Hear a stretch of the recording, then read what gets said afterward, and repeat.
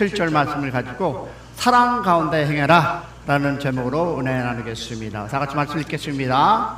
자, 그러므로 사랑을 받은 자녀같이 너희는 하나님을 본받는 자가 되고 그리스도께서 너희를 사랑하신 것 같이 너희도 사랑 가운데 행하라. 그는 우리를 위하여 자신을 버리사 향기로운 제물과 희생 제물로 하나님께 드리셨느니라. 음행과 온갖 더러운 것과 탐욕은 너희 중에 그 이름조차도 부르지 말라. 이는 성도에게 마땅한 바니라. 누추함과 어리석은 말이나 희롱의 말이 마땅치 아니하니 오히려 감사하는 말을 하라. 너희도 정녕 이것을 알거니와 음행하는 자나 더러운 자나 탐하는 자 곧 우상 숭배자는 다 그리스도와 하나님의 나라에서 기업을 못하리니 누구든지 헛된 말로 너희를 속이지 못하게 하라. 이르 말미암아 하나님의 진노가 불순종의 아들들에게 임하나니 그러므로 그들과 함께하는 자가 되지 말라. 할렐루야. 오늘 이렇게 함께 하신 여러분을 환영합니다. 오늘 샘 커뮤니티 컴 중앙교회에 오신 여러분을 주님의 이름으로 축복합니다. 우리 옆에서 인사할까요? 잘 오셨습니다. 인사하겠습니다. 또 인사하겠습니다. 은혜 받고 돌아가겠습니다. 인사하겠습니다. 그렇습니다. 사랑하는 여러분, 우리가 이렇게 주일날 모인 것 중에 하나가 뭡니까? 교제가 아니라 우리의 교제도 중요하지만 하나님의 은혜 받고 돌아가서 우리의 일주일을 사는 여러분의 삶이 되기를 주님의 이름으로 축복합니다. 사랑하는 여러분, 이민생활 어떻습니까? 하다 보면 크고 작은 아픔을 많이 겪습니다. 낯선 땅에서 언어도 문화도 다르고 일터에서도 경쟁이 치열합니다. 지난 9월 조지아 LF의 현대와 LG가 에너지 솔루션의 그 합작, 즉 전기차와 배터리 공장에서 진행된 ICE 이민국의 단속으로 여러분 다 알다시피 총 475명이 체포되었습니다. 그 중에 여러분 300명이 한국인이라 파악되었다고 AP 뉴스에서는 저희들에게 이야기하고 있습니다. 자, 이번 단속은 미국 내 단일 현장 기준의 큰 규모의 이민 속에 평가되었습니다. 한국 외교부와 이재명 대통령은 한국인 이 체포자들을 보호하기 위해서 긴급 대응팀과 구성과 워싱턴 외교 행보를 고려 중이라고 하는데 왜 고려를 해야 합니까? 저는 고려가 아닌 now 한국 정부가 임법해서 이 사건에 대해서 이야기를 해야 된다고 저는 생각합니다. 여러분, 이런 대한민국의 정책에 저는 마음이 참 많이 아픕니다. 이에 더해서 청와대는 현대자동차 및 LG 에너지 솔루션을 합력하여 직원들의 여행 중단 및 사업 영향 최소화를 조치를 추진하고 있다라고 발표하고 있습니다. 그리고 트럼프 행정부의 정치적 맥락과 이렇게 얘기합니다.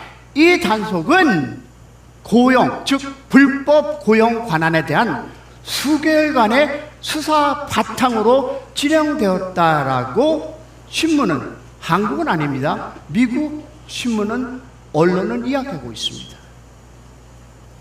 트럼프의 이 강력한 이민정책 기조가 반영된 조치라고 AP 뉴스에는 이야기하고 있는데요. 그리고 뭐라고 하니까 트럼프 대통령은 이번 단속을 두고 해야 할 일을 했다라고 공개적으로 옹호했습니다.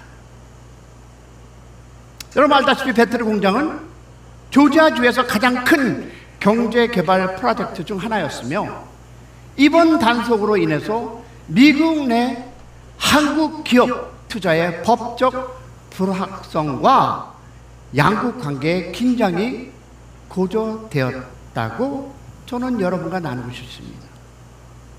여러분, 이 사건은 우리에게 이민자의 삶이 얼마나 불안정하고 연약한가를 다시 한번 보여주는 사건입니다. 우리는 어떻다? 뿔을 내리고 싶어도 법과 제도와 정치와 이 권력 앞에서 언제든지 흔들릴 수 있다라는 것이 is us. 우리들입니다. 여러분, 트럼프 정책 속에 가정과 생계와 눈물과 고통이 담겨 있다는 사실은 정치인의 언어로 설명되지 않습니다. 그런데 하나님은 억눌린 자, 나그네, 이방인을 보호하라고 명령했습니다. 어디에? 신명기 10장 19절에. 여러분, 세상은 합법과 불법으로 나누지만 하나님은 사람의 눈물과 생명을 보십니다. 할렐루야. 여러분의 많은 기도를 부탁드리겠습니다. 그러나 그 모든 어려움 가운데 가장 큰 아픔은 무엇일까요? 자녀 문제입니다. 부모는 이 자녀의 이 작은 한심에도 가슴이 찢어질 듯한 아픔을 느낍니다. 제가 들은 한 가정의 이야기를 여러분과 나눠보겠습니다. 그 집 아이는 또래보다 몸집이 작고 성격도 소심했습니다. 이민 온 지 얼마 안 됐으니까 영어도 서투르고 학교에서 늘 외톨이로 지냈습니다. 친구들 사이에 따돌림을 당하기도 했습니다. 그래서 집에 와서는 늘 이렇게 얘기합니다. I don't want to go to school, Mom. 나 학교 가기 싫어. 그랬을 때 부모의 마음은 어떻겠습니까? 찢어졌습니다. 무엇을 해줄 수도 없는 그 무력감 속에서 하루하루 눈물의 연속이었습니다. 그러나 어느 날 when the Valentine's Day, 발렌타인스 데이를 앞두고 이 아이는 부모에게 이렇게 얘기합니다. 엄마, 아빠, 나 반 친구들에게 줄 카드를 만들고 싶어. 부모는 놀랐습니다. 평소에 소극적이고 외톨이처럼 지내던 아이가 갑자기 그렇게 말했기 때문에 부모는 과연 잘 될까? 마음이 떨렸습니다. 그러나 이 아이의 간절한 그 빛을 보고 재료를 사주었고요. 이 아이는 밤마다 며칠 동안 작은 작업실이 그 방으로 변했습니다. 학교에서 돌아오면 책방을 내려놓고 곧바로 종이를 오리고 풀을 바르고 그림을 그렸습니다. 2주 동안 그렇게 매일 그 아이는 카드를 만들었고 28장의 카드를 정성껏 만들었습니다. 그러나 가슴이 부모는 뭉클했습니다. 그러나 한편으로는 걱정되었습니다. 혹시라도 아이가 그 카드를 외면당하면 상처가 너무 클 것 같은데 때문에 부모는 걱정하기 시작합니다. 드디어 Day of the Valentines, 발렌타인스가 되고 그 아이는 그 만든 그 발렌타인스 카드를 가지고 학교로 갑니다. 그 부모는 하루가 어땠을까요? 일이 손에 잡히지 않았습니다. 혹시 또 우리 아이가 또 상처를 받으면 어떡할까? 마음이 조마조마했습니다. 오후가 돼서 아이가 집으로 돌아오는 시간이 되었습니다. 멀리서 아이가 걸어오는 모습을 보고 부모는 깜짝 놀랐습니다. 평소처럼 혼자 고개를 푹 숙이고 아이가 걸어오는 것이 아니라 얼굴에 환한 웃음을 띠면서 친구들과 함께 아이가 걸어오는 모습을 보았다는 것입니다. 그날 밤 부모는 눈물을 흘리며 깨달았습니다. 기억하시기 바랍니다. 사랑은 사람을 변화시키는 힘이 있다라는 것을 부모가 깨우쳤습니다. 할렐루야. 여러분, 사랑은 담을 허물고 닫힌 마음을 열고 관계를 새롭게 만듭니다. 믿으시면 아멘. 그들은 그것이 아이들의 세계에서도 어른들의 세계에서도 동일하게 통함을 믿고 돌아가는 여러분이 되기를 축복합니다. 왜냐하면 사도 바울은 에베소서 5장에 이렇게 합니다. 그러므로 사랑받은 자녀같이 너희는 하나님을 본받은 자가 되고 그리스도께서 너희를 사랑한 것 같이 너희도 사랑 가운데 행하라. 아멘. 사랑 가운데 여러분 행하는 삶, 그것이 그리스도의 아이덴티티, 정체성입니다. Then how? 그렇다면 우리는 어떻게 해야 할까요? 하나님의 사랑을 본받아 사랑 가운데 행하는 삶을 살 수 있을까요? 바울은 먼저 우리에게 이렇게 얘기합니다. 사랑받은 자녀같이, 사랑받은 자녀같이 하나님을 본받는 자가 되라. 사랑하는 여러분, 여기서 본받는 자, 이 단어가 중요합니다. 헬라 원문을 보니까 미메테스, 즉 여기에 영어 단어를 보니까 미맥이 나옵니다. 즉 뭐니까 imitate, 흉내내라, 따라하라는 뜻입니다. 그러면 아이들이 부모를 흉내내듯이 우리가 하나님을 흉내내야 한다는 것입니다. 여러분 혹시 4살, 5살 때 그 아이들의 소꿉장난을 보신 적 있습니까? 여러분 중에도 어릴 때 아마 경험한 분들이 계실 수 있습니다. 아이들이 몸을 하니까 엄마, 아빠, 나 아빠 할래? 너는 엄마 해. 그러면 하는 거 보시니까 여보 다녀왔어요. 아유 이제 오셨네요. 어른들의 말까지 그대로 아이들을 흉내냅니다. 끄떡끄떡 하시는 분이 어릴 때 한 분이 계시네요. 여러분 아직도 결혼도 안 한 아이들이 엄마 아빠처럼 imitate, 흉내내며 놉니다. 바울은 바로 이 단어를 사용합니다. 하나님을 본받아 하나님의 무엇을? 사랑을 흉내내라. 우리의 힘으로 사랑하는 것이 아니라 하나님의 사랑을 따라 하나님을 흉내내로 사랑하는 것. 할렐루야. 여러분 이 사실 신앙 역시 여러분 본받는 역사. 여러분과 내가 살아가는 이 시대도 옛날에 우리의 어른들이, 우리의 신앙의 그 선배들이 했던 것을 본받는 역사가 있었습니다. 여러분 사도 바울이 자신도 고린도전서 11장 1절에 Follow my example as I follow this example. 내가 그리스도를 본받은 것 같이 너희는 나를 본받아라. 그런 자신을 본받으라고 하면서 결국 목표는 뭐다? 그리스도를 본받는 삶을 두었습니다. 그런데 여러분 저는 이 말씀을 읽으면서 충격을 받았습니다. 내가 그리스도를 본받은 자 된 것 같이 너희도 나를 본받아. 여러분 솔직히 고백할까요? 이 말씀을 묵상하면서 저는 숨이 딱 막혔습니다. 과연 나도 여러분에게, 성도님들께 이렇게 선포할 수 있을까?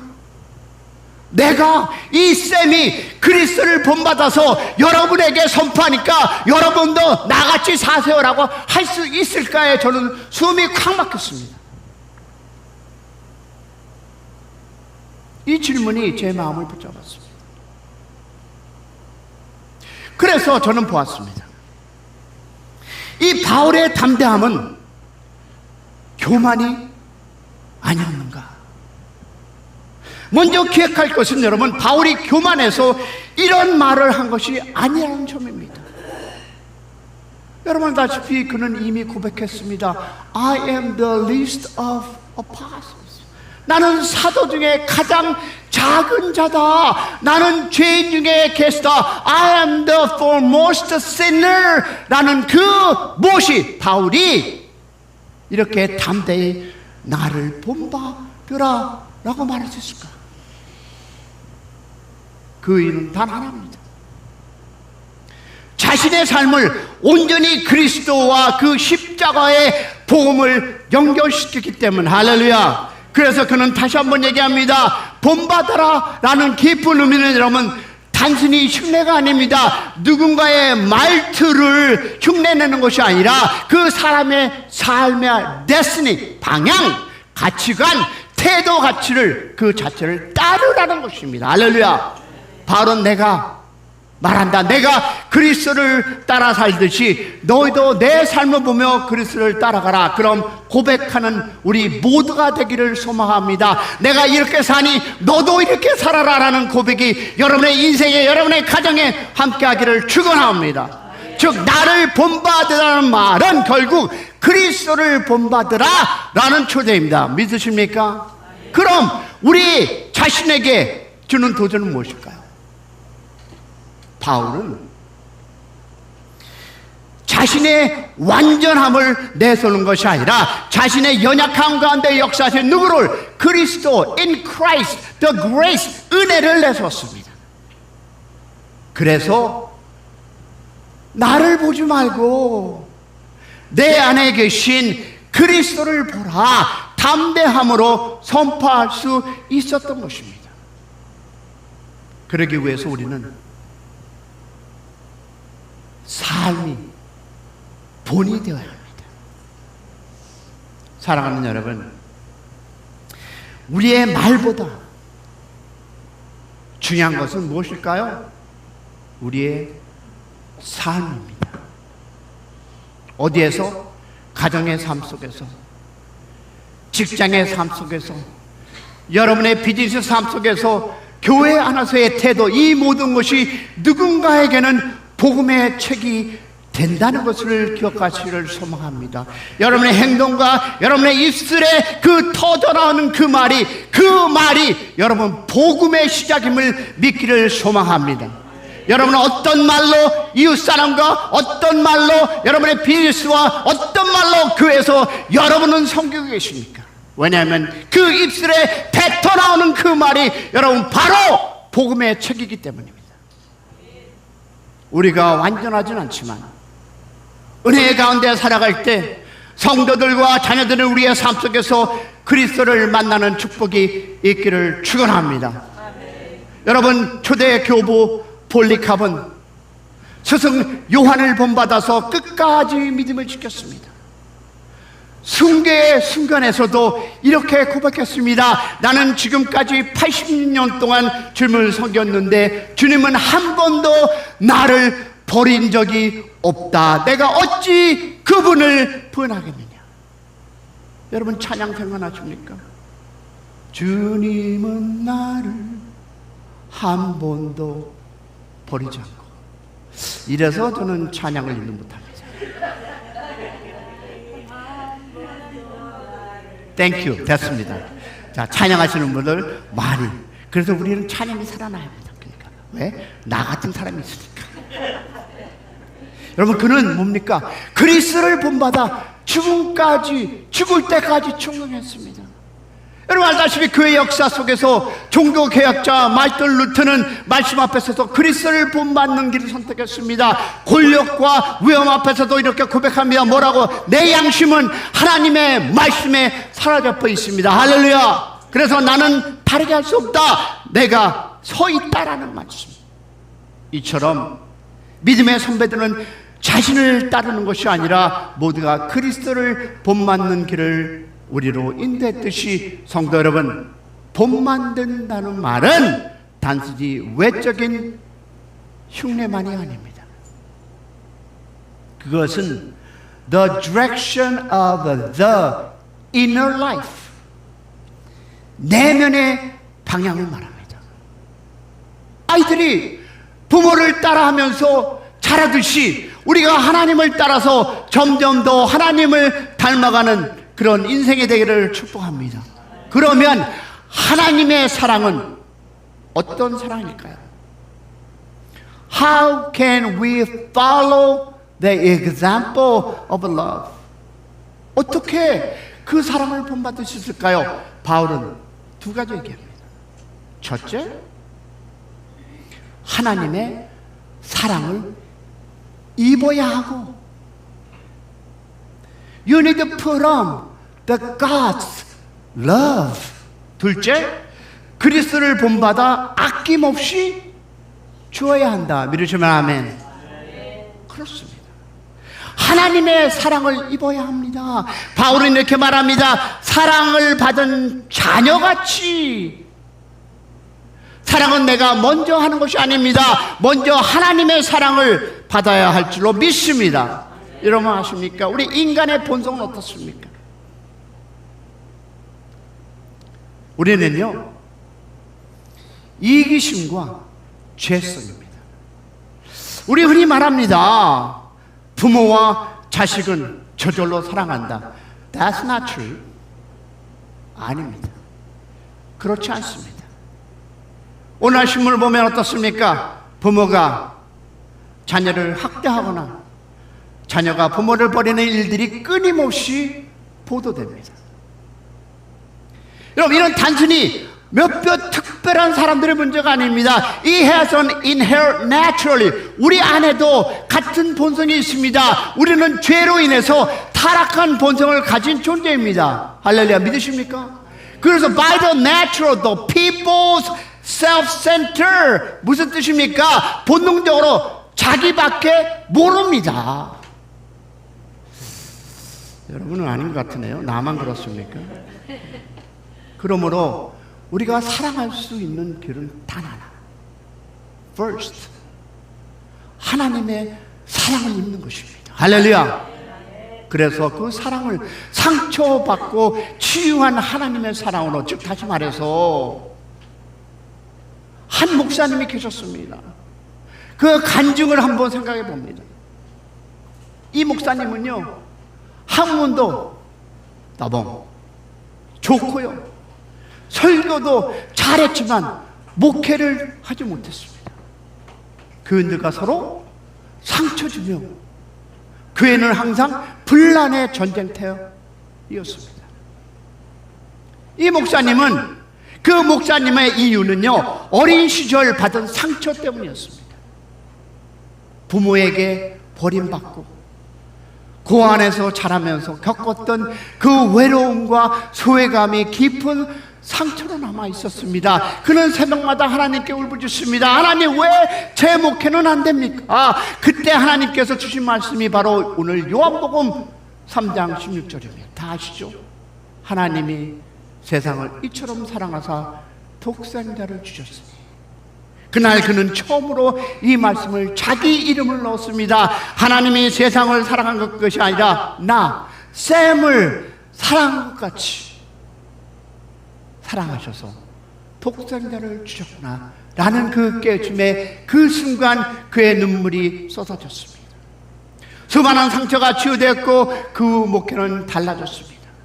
성도와 부딪히던 모습이 사라지고 교회가 회복되었다는 이야기입니다. 사랑하는 여러분, 그러면 이 사람은 뿐입니까? 예수님만 뿐입니까? 아니, 성경이 말하는 사랑은 무엇일까요? 사도 요한은 이렇게 얘기합니다. 사랑은 여기 있으니 우리가 하나님을 사랑하는 것이 아니라 오직 하나님이 누구를? 우리를 사랑하사 우리의 죄를 위하여 화목제물로 그 아들을 보냈습니다. 할렐루야. 또 사도 바울은 얘기합니다. 로마서 5장 8절에 우리가 아직 죄인 되었을 때 그리스도께서 우리를 위해서 죽으심으로 하나님께서 우리에 대한 자기의 사랑을 확증하였느니라. 아멘이십니까? 그렇다면 여러분, 우리가 용서할 수 없는 자도 용서해야 하지 않겠습니까? 예수님은 1만 탈렌트를 가진 비유를 여러분 다 아시지 않습니까? 1만 탈렌트가 얼마인지 아십니까, 여러분? 오늘날로 치면 수천억에 해당되는 금액입니다. 도저히 never can 갚을 수 없는 빚입니다. 그런데 그 빚을 누가? 주인이 탕감해 주었습니다. 그러나 그 빚을 탕감받는 자가 자기에게 100대리원, 다시 말해서 몇백만 원의 빚진 자를 용서하지 못했습니다. So question, 왜 그랬을까요? 왜 이 사람은 그런 행동을 했을까요? 자신이 탕감받은 그 은혜의 크기를 깨닫지 못했기 때문입니다. 사랑하는 성도 여러분, 우리도 마찬가지 아닙니까? 우리가 하나님의 사랑을 입지 않고는 결코 다른 사람을 사랑할 수 없습니다. 왜? 우리 주님께서 아낌없이 주신 것을 우리는 기억해야 합니다. 바울은 2절에 이렇게 얘기합니다. 그는 우리를 위하여 자신을 버리사 향기로운 제물과 생축으로 하나님께 드렸다. 예수님은 우리를 위해 자신을 버리셨습니다. 그 사랑은 아낌없이 주는 사랑이었습니다. 여러분 기억하시기 바랍니다. 사랑 없는 봉사의 위험성을 여러분 혹시 아십니까? 교회 역사를 보면 봉사와 열심은 많습니다. 그러나 사랑이 빠진 열심은 오히려 교회를 무너뜨렸다는 사실을 기억하시기 바랍니다. 어거스틴은 이렇게 얘기합니다. 사랑이 없는 진리는 잔인하고 진리 없는 사랑은 위선이다. 그러나 사랑 안에서 진리만이 교회를 세운다. 할렐루야. 그리고 웨슬리도 배후에서 모라비안 신자들을 보고 깨달았습니다. 풍랑 속에서도 어려움 속에서도 좌절함 속에서도 정말 일어날 수 없는 극복의 그 배 안에서 그들은 평안은 단순히 지식이 아니라 열심이 아니라 사랑과 믿음으로 드러낸 삶이라고 고백하고 있습니다. 오늘 기대했듯이 한국교회의 손양원 목사님은 자신의 두 아들이 죽은 원수를 미워하지 않고 오히려 양자를 삼으셨습니다. 사람의 힘으로는 불가능한 일입니다. 그러나 그는 예수 십자가를 사랑에 본받고 그 길을 걸었습니다. 그래서 사람들은 그들을 뭐라고 합니까? 사랑의 원자탄이라고 불렀습니다. 그런 여러분이 되시기를 축복합니다. 그런 여러분의 삶이 되기를 소망합니다. 프린세스 아시나는 이렇게 말합니다. 너희가 원수를 사랑하지 못하면 너희의 기도는 공허하다.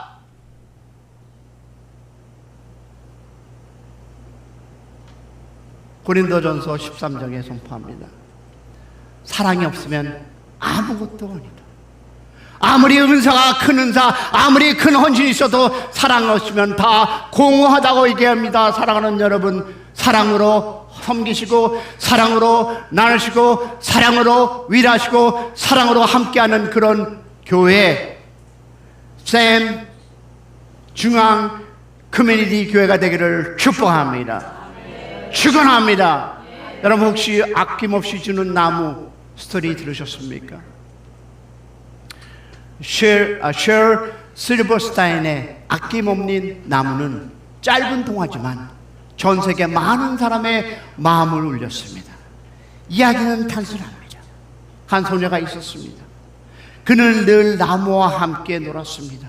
나무에 올라가 그네를 타고 사과를 따먹고 그늘에 쉬었습니다. 그런데 소녀는 행복했고 나무 역시 행복했습니다. 하지만 시간이 흐르면서 소녀는 변했습니다. 나는 물건을 사고 싶고 돈이 필요해. 그러자 나무는 사과를 따 주었습니다. 나는 집이 없어. 그러자 나무는 가지를 잘라 주었습니다. 나는 배가 필요해. 그러자 나무는 줄기를 마저 내어 주었습니다. 결국 나무에 남은 것은 밑둥뿐이었습니다.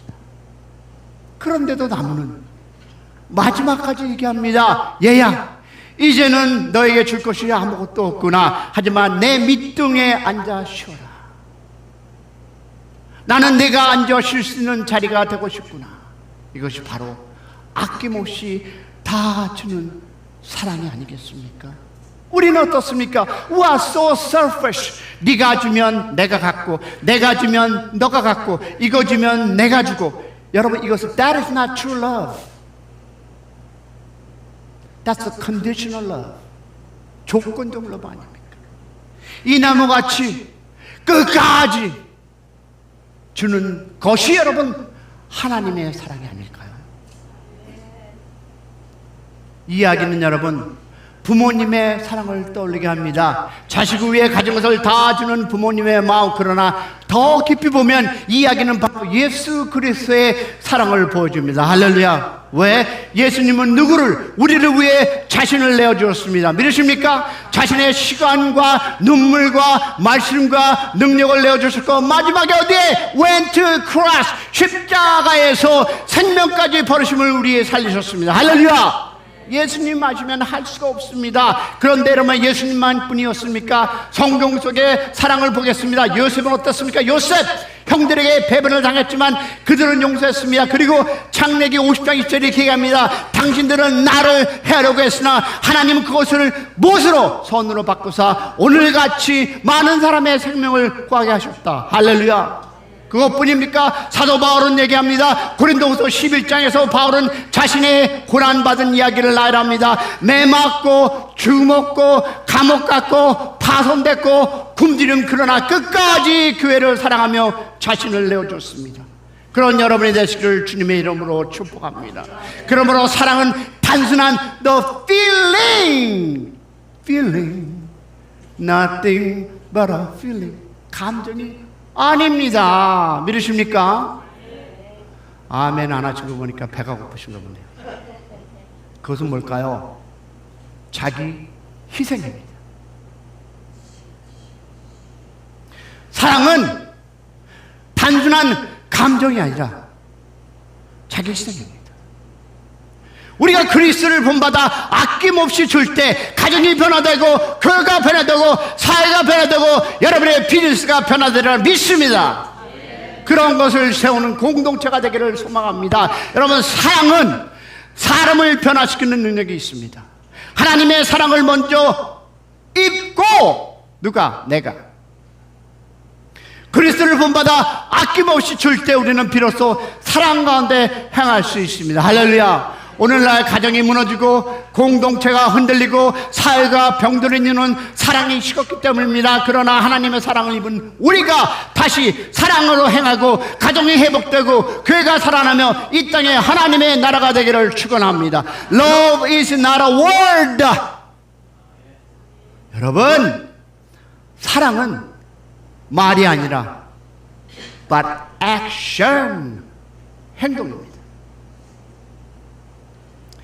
감정이 아니라 it is not the emotion but the commitment, 헌신입니다. 할렐루야. 예수님께서 우리를 위하여, 누구를 위하여? 우리를 위하여 자신을 버렸듯이 우리도 아낌없이 삶을 줄이는 여러분의 삶이 되기를 축복합니다. 가정에서, 여러분의 비즈니스에서, 교회에서 여러분의 사랑을 나누는 여러분의 삶이 되기를 주님의 이름으로 축원합니다. 작은 사랑이 시작될 때 작은 미소가 은혜가 되고 작은 용서가 여러분 공동체를 세운다 믿으시기를 축원합니다. 왜냐하면 히브리서 13장 7절의 말씀처럼 우리도 믿음의 선배들의 사랑을 본받아 서로 품은 것 같이 서로 품는 교회가 되기를 주님의 이름으로 축복합니다. 세상에 그리스도의 사랑을 흘러내는 여러분의 되기를 주님의 이름으로 소망합니다. 우리가 먼저 다가가서 인사하고 우리가 먼저 손을 내밀고 그리스도 향기를 내는 그런 교회, 그런 교회가 되기를, 그런 샘 커뮤니티 중앙교회가 되기를 주님의 이름으로 축원합니다. 축원합니다. 아멘 하시는 분은 배반자입니다. 사랑하는 여러분, 다시 한번 얘기할게요. Love is not the word. 사랑은 말이 아니라 행동입니다. 감정이 아니라 헌신입니다. 찬양할 때도 봉사할 때도 교제의 자리에서 사랑하는 여러분이 되시기를 주님의 이름으로 축복합니다. 그러면 우리의 가정이 변하고 교회가 살아나고 세상 사람이 하나님을 만나는 역사가 일어나기를 믿습니다. 우리 찬양 있지 않습니까? 가사에 그 크신 하나님의 사랑 말로 다 덮여 못하네. 역시 나는 아닙니다. 우리 한번 찬양할까요? 사랑하는 여러분, 우리가 사랑을 입으시고 그리스도를 본바 아낌없이 삶을 사시기를 축복합니다. 그럴 때 우리의 가정과 교회와 사회가 하나님의 나라로 변할 줄로 믿습니다. 우리 찬양하고 기도하겠습니다.